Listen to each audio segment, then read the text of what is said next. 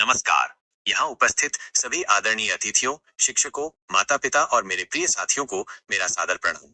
आज हम सब यहाँ 21 जून अंतर्राष्ट्रीय योग दिवस के पावन अवसर पर एकत्रित हुए हैं। ये दिन न केवल भारत के लिए, बल्कि संपूर्ण विश्व के लिए एक गौरवपूर्ण दिन है, क्योंकि ये भारतीय संस्कृति, परंपरा और स्वास्थ्य के विज्ञान योग को समर्पित है।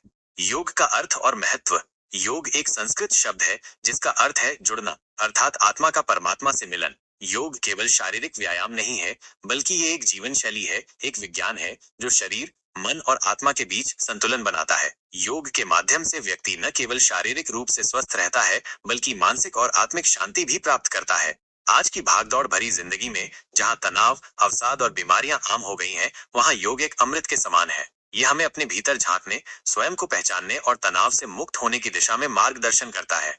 अंतर्राष्ट्रीय योग दिवस की शुरुआत। अंतर्राष्ट्रीय योग दिवस मनाने की शुरुआत 2015 में हुई थी। 27 सितंबर 2014 को संयुक्त राष्ट्र महासभा में भारत के तत्कालीन प्रधानमंत्री श्री नरेंद्र मोदी जी ने योग को वैश्विक स्तर पर प्रचारित करने का प्रस्ताव रखा। उन्होंने कहा, yoga is an invaluable gift of India's ancient tradition. It is not about exercise, but to discover the sense of oneness with yourself, the world and nature. इस प्रस्ताव को 177 देशों का समर्थन प्राप्त हुआ और संयुक्त राष्ट्र महासभा ने 21 जून को अंतर्राष्ट्रीय योग दिवस घोषित कर दिया। ये तारीख इसलिए चुनी गई क्योंकि ये ग्रीष्म संक्रांति का दिन होता है, जब सूर्य सबसे अधिक ऊर्जावान होता है। योग के प्रकार।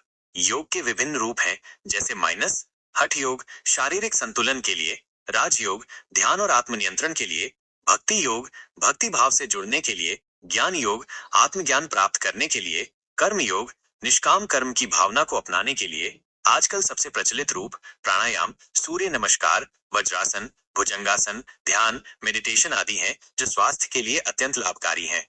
योग के लाभ। योग के अनगिनत लाभ हैं, जिन्हें हम मुख्य रूप से 3 श्रेणियों में बांट सकते हैं।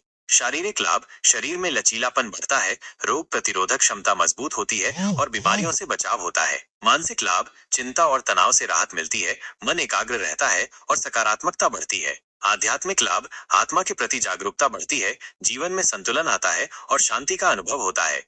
निष्कर्ष। अंत में मैं यही कहना चाहूंगा कि योग न तो किसी धर्म का हिस्सा है और न ही ये केवल भारत तक सीमित है। ये पूरे मानव समाज के लिए है, एक ऐसा साधन जो हमें स्वस्थ, शांत और सकारात्मक जीवन जीने की प्रेरणा देता है।